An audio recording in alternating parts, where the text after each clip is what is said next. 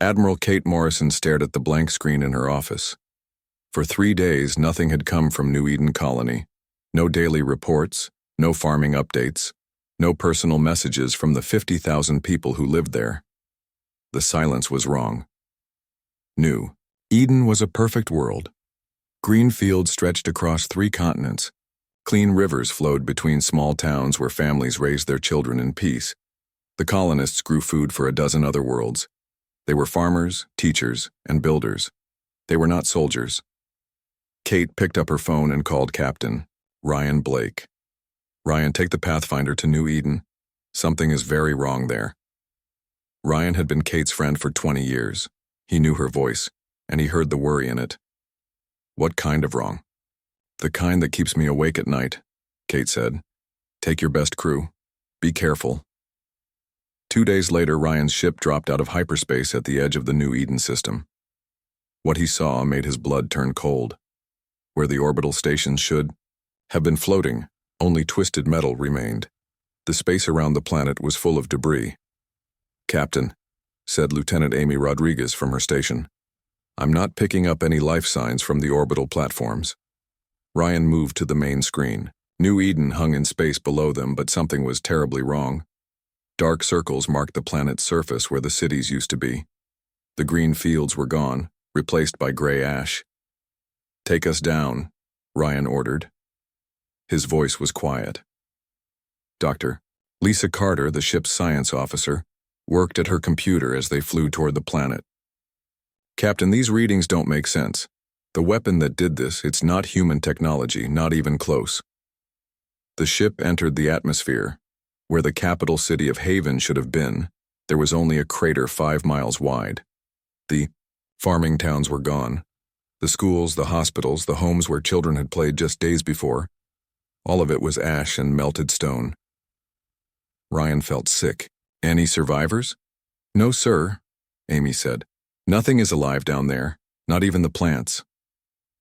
They landed near what used to be the small town of Riverside. Ryan suited up and walked outside. The ground was still warm. Glass had melted and reformed into strange shapes. Whatever had attacked this place had been thorough. Captain, Lisa called over the radio. You need to see this. Ryan found her standing next to a piece of metal that didn't belong. It was smooth and black with patterns that hurt to look at. What is it? Part of their ship, I think. The metal is unlike anything we've ever seen. And, Captain, look at this. Lisa showed him her scanner. This crater wasn't made by bombs or missiles. This was some kind of energy weapon. Something that could turn an entire city to glass in seconds. They spent hours searching. In every town, every farm, every place where humans had lived, they found the same thing. Complete destruction. No bodies, no survivors. Nothing left but ash and glass. As the sun set, Ryan gathered his team back at the ship. Did we find anything? Anything at all? Wait, said Ensign Bobby Clark. I picked up a signal from orbit. Weak, but it's there. They flew back into space and found it. A small emergency beacon floating in the debris field. It was damaged, but still working. Amy connected it to their computers. A holographic image appeared. It was Jake Martinez, the colony's leader. He looked scared. Behind him, Ryan could see people running and screaming. This is New Eden Colony, Jake said in the recording. We are under attack. Ships appeared without warning. We tried to surrender, but they won't listen. They're destroying everything. The ships are like nothing we've ever seen. They bend light around them. Beautiful and terrible. The image shook as something exploded nearby. Jake looked directly at the camera. If anyone finds this, tell Earth what happened here. Tell them the message we received before the attack. They said pest removal complete in our language. They learned our language just to tell us we were pests. The hologram flickered. Through the window behind Jake, Ryan could see the alien ships. They were smooth and crystalline like living jewels that moved through space without engines. Beautiful and deadly. They're coming for the civilian areas now, Jake continued. We have maybe 10 minutes before. Tell my daughter on Mars that I love her. Tell Earth that we died as humans. Tell them. The recording ended in static and light. Ryan stared at the empty space where the hologram had been. 50,000 people. Families, children, old couples who had retired to the peaceful colony. All dead because aliens thought they were pests. "Captain," Lisa said quietly, "the technology gap between us and them, it's huge. These weapons, their ships, everything about them is centuries ahead of us." Ryan nodded. He understood what she meant. If these aliens decided humanity was a pest problem, Earth's current military couldn't stop them. The few warships they had were built to fight other humans, not this. "Set course for Earth," Ryan ordered, "maximum speed." As the Pathfinder jumped to hyperspace, Ryan looked back at New Eden one last time. The planet was already healing itself. In a few years, plants would grow again, animals might return, but the humans were gone forever. During the 3-day trip home, Ryan wrote his report. He tried to find the right words to tell humanity that they were not alone in the universe, and that their first contact had been genocide. How do you tell an entire species that somewhere out there, aliens considered them nothing more than bugs to be stepped on? When they reached Earth, Kate was waiting for them. She read the report in silence, watched the recording of Jake's final message, and studied the pictures of the alien ships. "How many colonies do we have now?" she asked. 47, Ryan replied. Kate nodded slowly. "And any one of them could be next."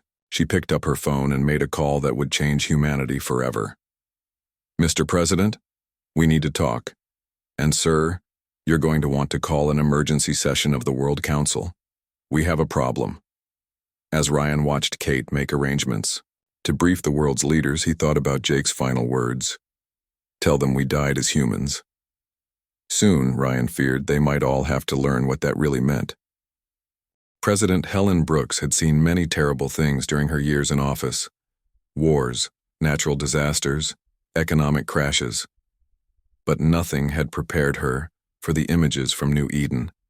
She sat in the emergency session of the World Council, watching Jake Martinez's final message for the 5th time.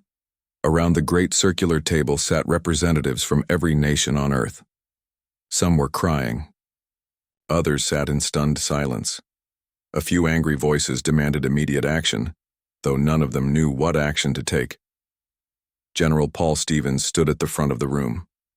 Behind him, large screens showed what remained of humanity's military forces. It wasn't much. Most of their ships were cargo haulers or exploration vessels. The few warships they had were designed to fight pirates or settle disputes between colonies.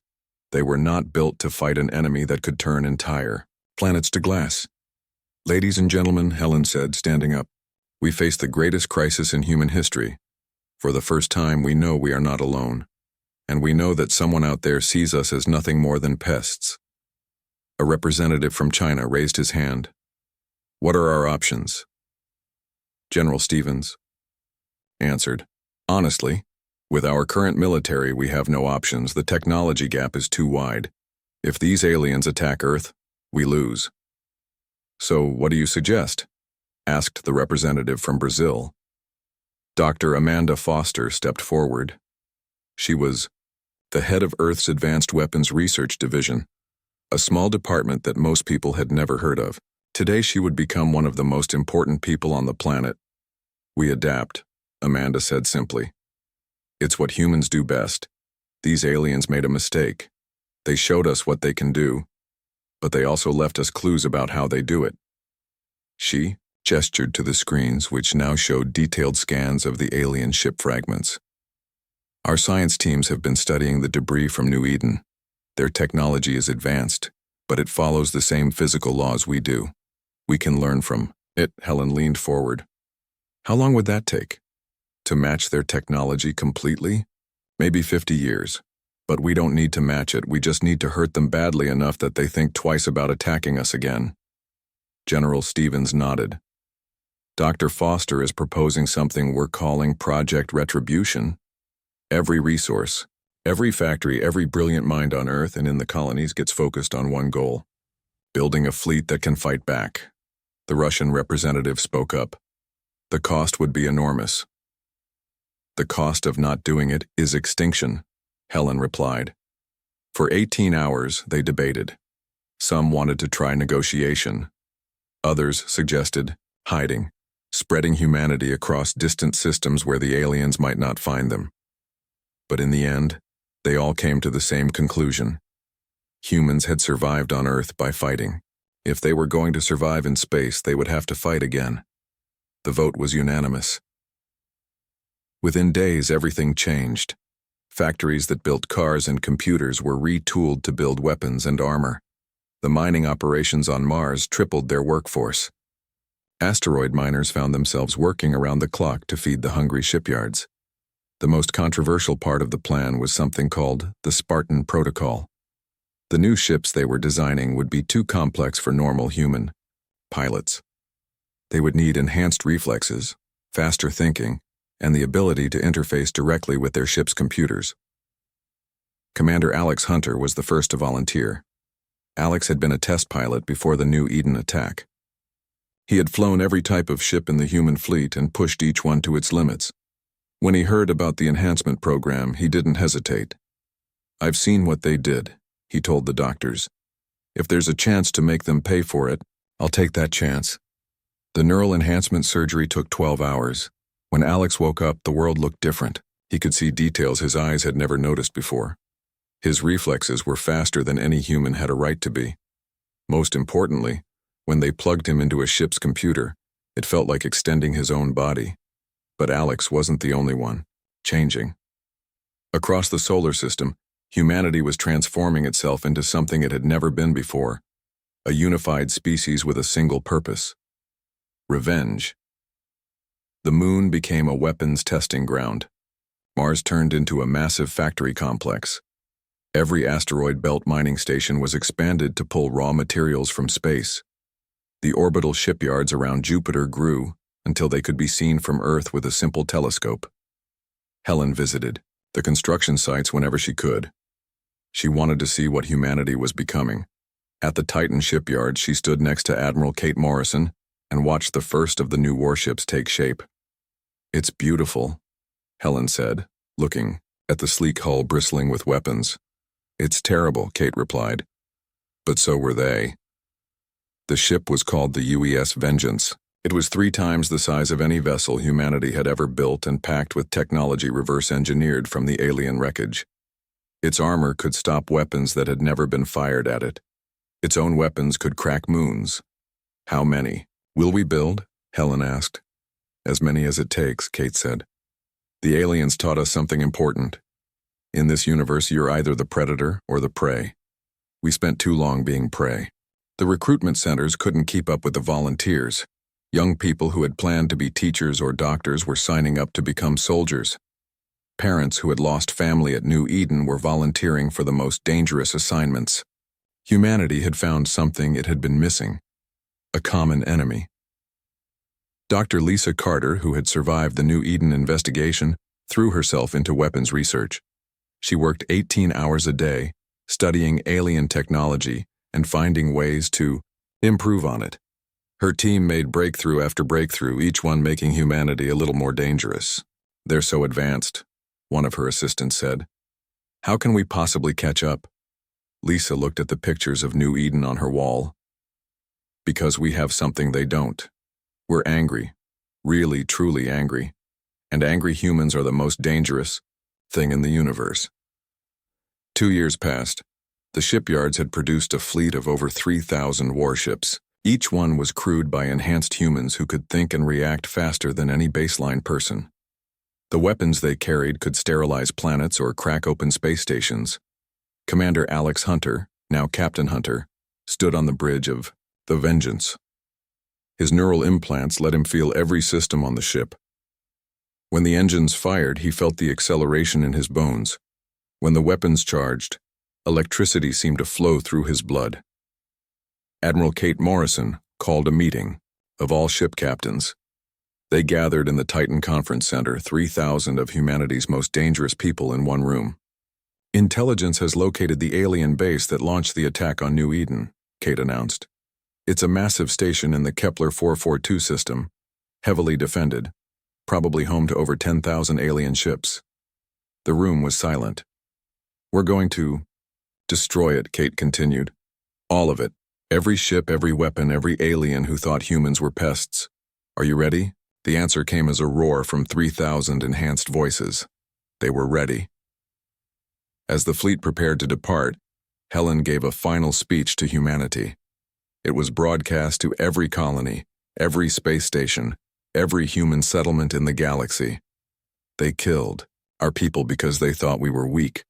Today we show them what humans really are. We are survivors, we are builders, and when someone hurts our family, we are avengers. The fleet launched the next morning. As the ships disappeared into hyperspace, Helen allowed herself a small smile. The aliens had made a terrible mistake. They had hurt humanity when humanity was peaceful. Now they would face humanity at war, and humanity had always been very good at war. Captain Alex Hunter floated in the neural interface chamber aboard the UES Vengeance. Thousands of tiny wires connected his enhanced brain to the ship's computer systems. When he opened his eyes, he could see through every camera on the vessel. When he thought about moving, the ship responded like it was his own body. The enhancement surgery had changed him in ways the doctors were still discovering. His reflexes were 10 times faster than a normal human. His brain processed information like a supercomputer. But the strangest change was how he felt connected to his ship. The Vengeance wasn't just a machine he piloted. It was part of him. "Captain Hunter, we're approaching the fleet assembly point," said Lieutenant Commander Jenny Walsh, his second in command. She was enhanced too, but not as extensively as Alex. Her job was to handle the things that required human judgment, while Alex focused on making the ship dance through space. Alex opened his real eyes and looked at the main screen. Ships were arriving from all over the solar system. Each one represented years of work, billions of credits, and humanity's desperate need for revenge. The fleet was beautiful and terrible at the same time. Admiral Kate Morrison's voice came over the communication system. "All ships, this is Admiral Morrison. Begin final preparations for hyperspace jump. We leave for Kepler 442 in 6 hours." Alex had studied the target system dozens of times. Kepler 442 was where the aliens had staged their attack on New Eden. Intelligence gathered from other colonies had revealed it was a major military hub for the hegemony, as the aliens called themselves. The hegemony saw younger species as pests to be eliminated. They had wiped out 17 different civilizations before humans ever left Earth. New Eden wasn't their first genocide. It was just another day's work. That knowledge made Alex's anger burn even hotter. Dr. Amanda Foster had visited the ship the day before departure. She wanted to see how her weapons performed in real combat conditions. The Vengeance carried plasma cannons that could punch through a moon, railguns that fired projectiles at a significant fraction of light speed, and missiles that could track targets across entire star systems. "These weapons are untested in real combat," Amanda had warned Alex. "We don't know exactly how they'll perform." Alex had smiled grimly. Neither do the aliens. That might be enough. The human fleet was unlike anything that had ever existed. While the hegemony built their ships for efficiency and intimidation, humans had built theirs for one purpose: killing aliens. Every system, every weapon, every piece of armor was designed to destroy the enemies who had murdered their people. Wing Commander Sarah Mitchell commanded the fighter squadrons. Her pilots were all enhanced, their reflexes pushed to the absolute limit of what human biology could handle. They flew ships that were more like guided missiles than traditional fighters, built for speed and firepower rather than comfort or safety. "My people are ready," Sarah reported during the final briefing. "We've run the simulations 1,000 times. We know what we need to do." The plan was simple in concept but incredibly difficult to execute. The human fleet would drop out of hyperspace right in the middle of the alien defensive perimeter. Before the hegemony could react, humanity would hit them with everything they had. Commander Bobby Clark, now captain of the heavy cruiser UES Retribution, had a different role. His ship carried the special weapons that Dr. Foster's team had developed specifically for this mission. Bombs that could collapse space-time, creating temporary black holes. Missiles that phased in and out of normal space, making them impossible to stop. "The theoretical models say these weapons will work," Bobby had told his crew. "But we're about to find out if reality agrees with theory." As the fleet made final preparations, Alex walked through the Vengeance's corridors. The ship hummed, with barely contained energy. Every system was operating at peak efficiency. The crew moved with the enhanced precision of their neural implants, but Alex could see the tension in their movements. They were about to fight aliens who had casually destroyed an entire world. No human had ever faced an enemy this advanced. But they were going anyway, because that's what humans did when someone hurt their family. Lieutenant Amy Rodriguez, who had served with distinction during the New Eden investigation, now commanded the sensor arrays aboard the flagship. Her job was to identify targets and coordinate the fleet's attacks. Her enhanced brain could process targeting data from 3,000 ships simultaneously. "Captain Hunter?" Amy's voice came over the ship's communication system. "Admiral Morrison wants all ship commanders to report to the flagship for final briefing." Alex made his way to the shuttle bay. As his ship flew across the space between vessels, he looked out at the assembled fleet. 3,000 ships, each one carrying the hopes and anger of humanity. The largest military force humans had ever assembled, built in just 2 years through sheer determination and rage. The briefing room aboard Admiral Morrison's flagship was packed with enhanced humans. Alex looked around at faces he had known for years, people who had been transformed by humanity's need for revenge. Some showed the physical signs of their enhancements: slightly larger eyes, hands that moved with inhuman precision. Others looked normal until you saw them in action. "Intelligence confirms the target," Admiral Morrison began. "The hegemony station at Kepler 442 is their primary military hub for this sector. Over 10,000 ships, weapons platforms that can sterilize planets, and approximately 2 million alien personnel." She paused to let that sink in. "Our goal is simple: complete destruction. We're not trying to capture anything or learn anything or negotiate anything. We're there to send a message to the hegemony and anyone else who might think humans are easy targets." Captain Jennifer White, commander of the stealth destroyer UES Ghost, raised her hand. "What about their reinforcements?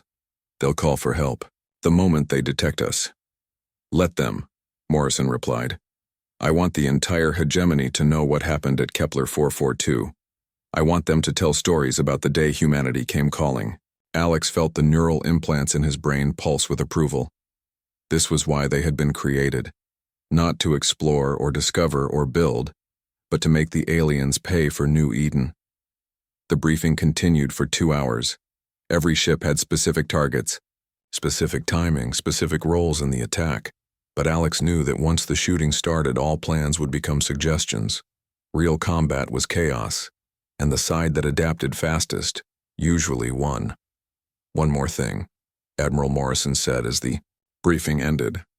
"When we drop out of hyperspace, we'll be in communication range of the alien station. They might try to surrender. They might try to negotiate. They might try to explain why they destroyed New Eden." She looked around the room at the faces of humanity's most dangerous people. "I don't want to hear it. This is for the 50,000 people who can't speak for themselves anymore." As the captains returned to their ships, Alex felt the Vengeance respond to his presence. The neural interface activated automatically, connecting him to every system. Through the ship's sensors, he could feel the anticipation of the entire fleet. "All ships, prepare for hyperspace jump." Admiral Morrison's voice echoed across the communication channels. Alex settled into his command chair and let the neural interface take full control. The ship's engines became his muscles, its weapons became his hands, its sensors became his eyes and ears. "Jump in 3, 2, 1, execute." Reality twisted around them as 3,000 human warships disappeared into hyperspace, carrying humanity's fury toward an unsuspecting enemy. The aliens had destroyed New Eden thinking they were exterminating pests. They were about to discover what pests could do when they evolved into predators. The hegemony station around Kepler 442 was massive beyond human imagination. The ring-shaped structure was larger than Earth's moon, its crystalline surface gleaming in the light of the system's star.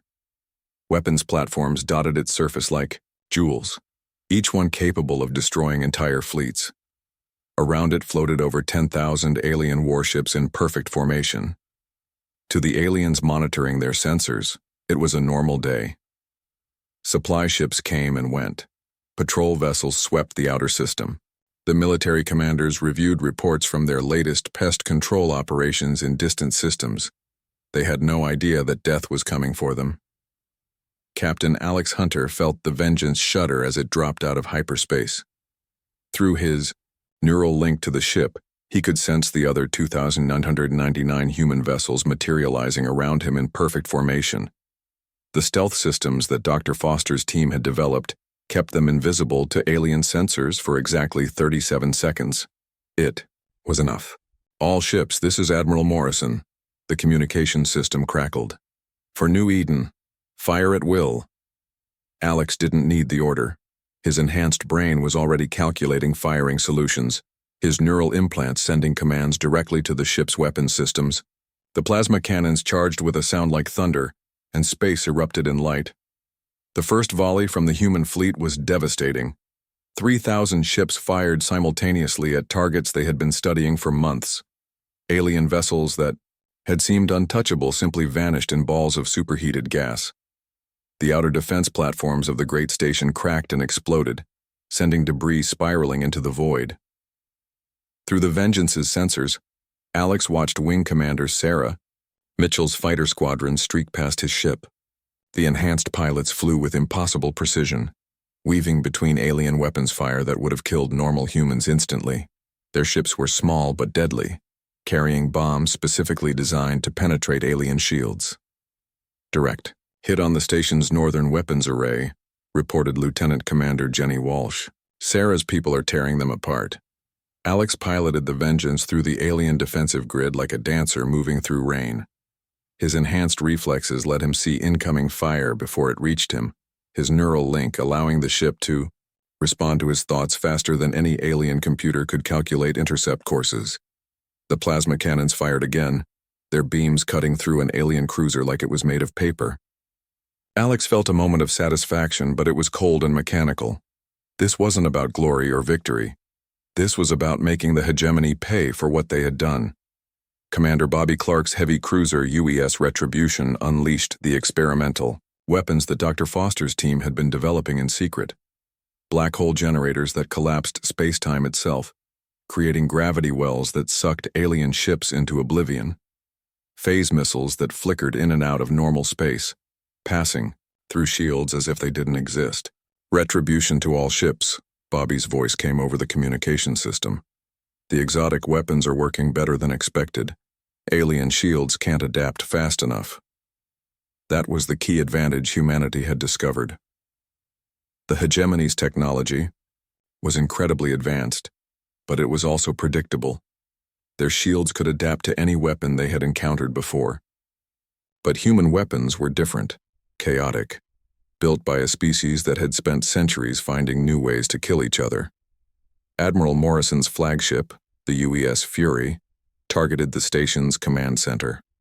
The massive ship's main guns fired concentrated beams of energy that made stars look dim by comparison. The crystalline surface of the alien station cracked and shattered, atmosphere venting into space in glittering streams.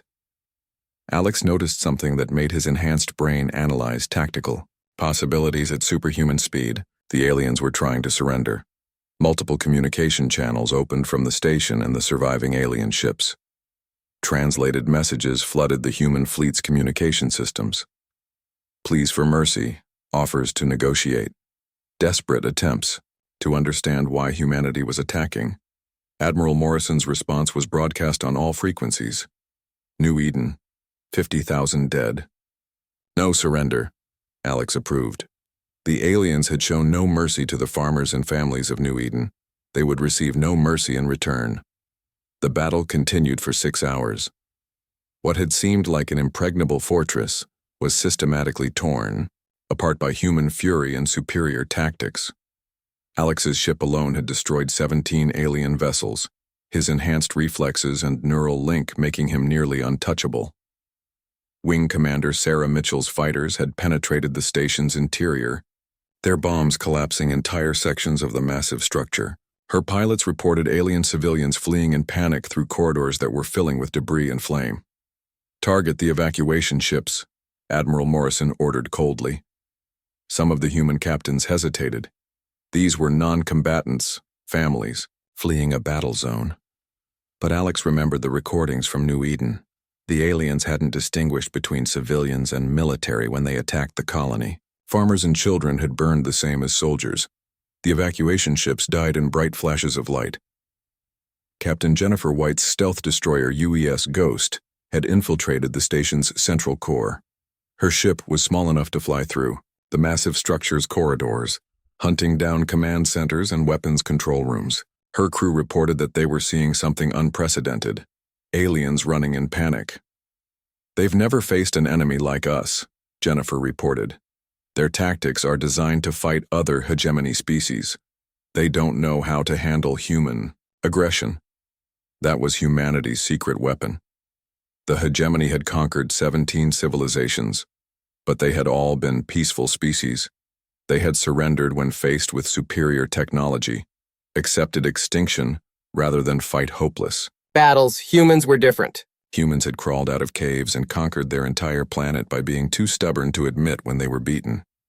When faced with superior enemies, humans didn't surrender. They got angry and found ways to win anyway. Alex felt the station's main power core destabilizing through his ship's sensors. The damage from 6 hours of continuous bombardment had finally reached critical systems.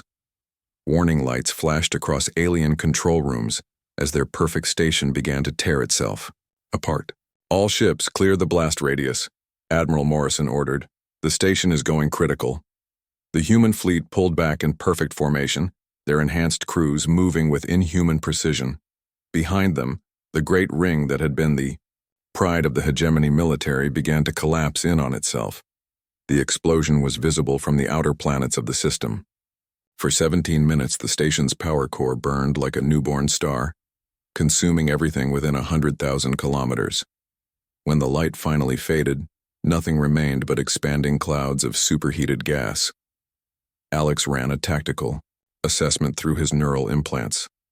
Of the 10,000 alien ships that had been defending the station, fewer than 50 had escaped. The human fleet had lost exactly 0 vessels, though several had taken damage that would require repair. "Mission accomplished," Admiral Morrison announced. "Set course for the next target." But Alex was already receiving new information through the fleet's communication network.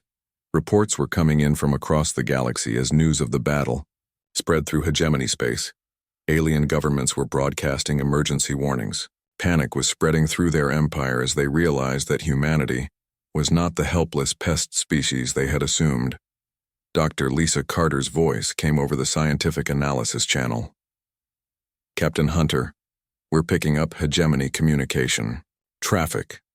They're calling us the swarm species and the rage plague. They're genuinely terrified." Alex allowed himself a cold smile. Good. Fear was a language the hegemony understood. As the human fleet prepared to jump to their next target, Alex thought about the battle they had just won. It hadn't been about military strategy or technological superiority. It had been about something simpler and more terrible: a peaceful species learning how to wage war with the fury of the damned. The aliens had destroyed New Eden because they thought humans were pests. They had just learned that even pests could evolve into apex predators when given sufficient motivation. The hegemony's empire had stood for thousands of years, built on the systematic extermination of younger species. Today, that empire had begun to crumble, and humanity's roar echoed across the galaxy. 6 months after the destruction of Kepler 442, the galaxy had become a very different place.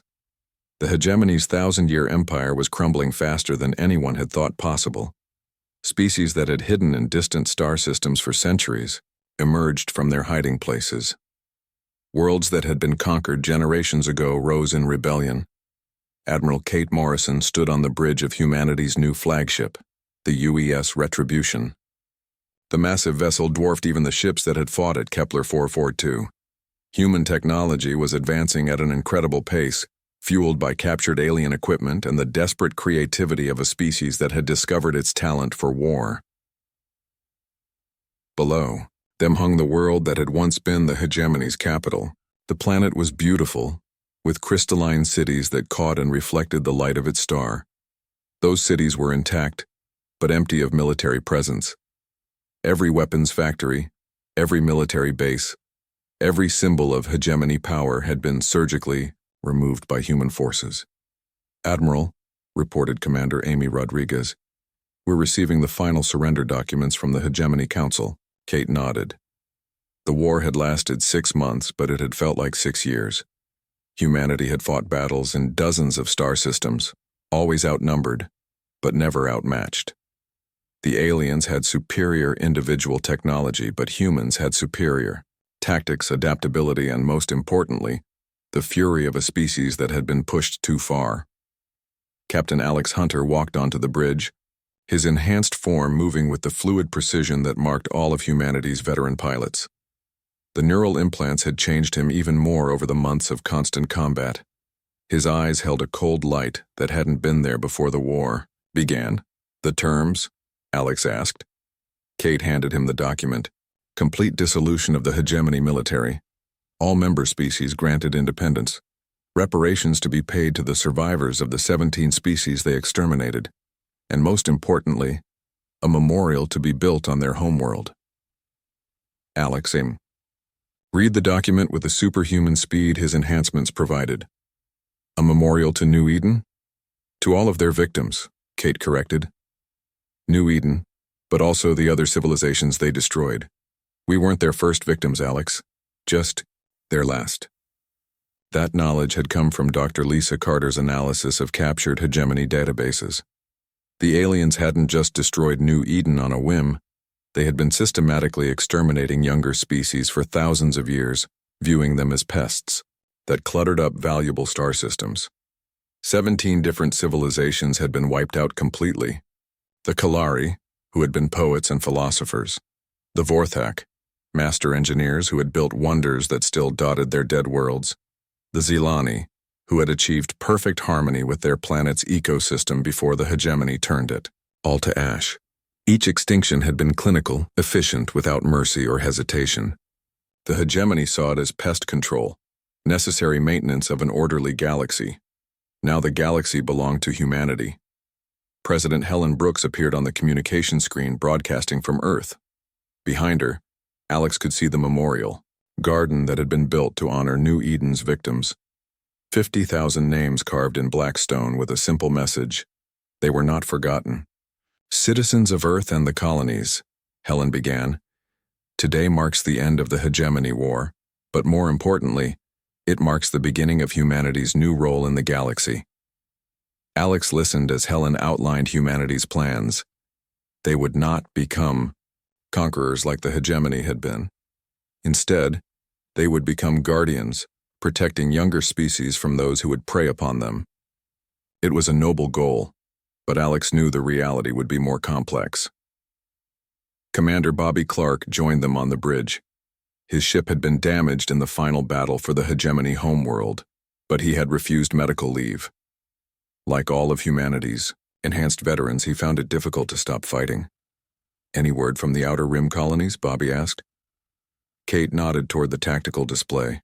3 more species have made contact in the past week, all of them refugees from hegemony expansion. They're asking for our protection. It was happening all across the galaxy. Species that had survived the hegemony's genocides by hiding or running were emerging from whatever dark corners they had found. They looked at humanity's incredible military victory and saw hope for the first time in generations. But they also saw something else, a species that had proven itself capable of incredible violence when threatened. The same humans who offered protection could become destroyers if crossed. Dr. Amanda Foster's voice came over the communication system from her research station in orbit. "Admiral, we're receiving some interesting data from the hegemony archives. You're going to want to see this." The tactical display changed to show a star map of the galaxy. Thousands of red dots marked the locations of extinct civilizations. Not just the 17 that humanity knew about, but hundreds more. The hegemony had been exterminating species for so long that they had lost count. Each of these was a unique civilization, Amanda continued. Poets, artists, scientists, philosophers, all destroyed because the hegemony found them inconvenient. Alex felt the cold anger that had sustained him through 6 months of combat. The memorial they were building on the hegemony homeworld wasn't big enough. It could never be big enough. Wing Commander Sarah Mitchell's voice joined the conversation from her fighter squadron. "Admiral, we're picking up a distress signal from the Vega system. Long-range sensors show what looks like a hegemony remnant fleet attacking a civilian population." Kate didn't hesitate. "Sarah, take your squadron and investigate. Rules of engagement. Protect the civilians, destroy any hegemony forces that refuse to surrender." "Understood. For the victims." "For the victims," the bridge crew responded in unison. It had become humanity's battle cry, a reminder of why they fought. As Sarah's fighters streaked away toward Vega, Alex reflected on how much humanity had changed. 6 months ago, they had been peaceful explorers and colonists. Now they were the galaxy's apex predator, and every species in known space knew it. The transformation hadn't been easy. The enhancement programs had changed thousands of humans into something more than baseline. The constant warfare had hardened entire populations. Children on Earth learned military tactics alongside mathematics. Teenagers volunteered for combat duty with the same enthusiasm their parents had once shown for college. But it was necessary. The galaxy was a dangerous place, full of species that viewed others as resources to be exploited, or obstacles to be removed. Humanity had learned this lesson the hard way at New Eden. "Admiral," Commander Rodriguez reported, "we're receiving communication requests from 17 different species. All of them want to discuss mutual defense agreements." Kate smiled grimly. 6 months ago, humanity had been alone in the galaxy except for the aliens who wanted to kill them. Now they were being courted by dozens of species who saw them as protectors. "Schedule the meetings," Kate ordered, "but make sure they understand the terms. Anyone who joins our alliance agrees to certain rules. No genocide, no slavery, no conquest of weaker species. Break those rules, and they'll face the same fate as the hegemony." Alex approved. Humanity had become powerful enough to enforce those rules, and the galaxy desperately needed someone to enforce them. Captain Jennifer White's voice came from her stealth ship, which was conducting reconnaissance in former hegemony space. "Admiral, I'm seeing mass migrations across 3 sectors. Former hegemony client species are fleeing toward human space. They want our protection." It was a problem humanity was still learning to handle. They had become the galaxy's dominant military power, but they weren't prepared to govern hundreds of different species across thousands of star systems. "Set up refugee processing stations," Kate decided. "Anyone fleeing oppression gets sanctuary, but they need to understand that human protection comes with human rules." As the day continued, reports flooded in from across the galaxy. Hegemony remnant forces were surrendering without a fight when they encountered human ships. Former client species were declaring independence and requesting human protection. Ancient species that had hidden for millennia were emerging to share their knowledge with their new human protectors. Alex walked to the observation deck and looked out at the stars. Somewhere out there, new threats were probably emerging. The galaxy was vast, and humanity had only seen a small part of it.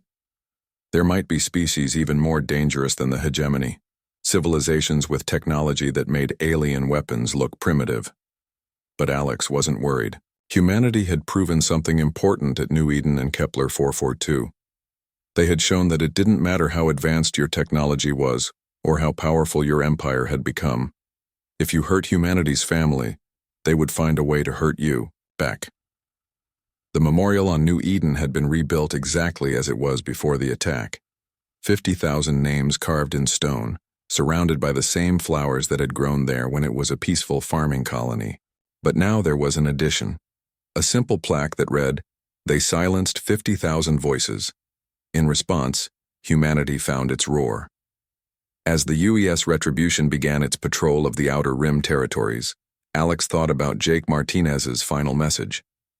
"Tell them we died as humans," he had said. Now the galaxy knew what that meant. Humans didn't just die. They remembered their dead, they honored their sacrifice, and they made sure to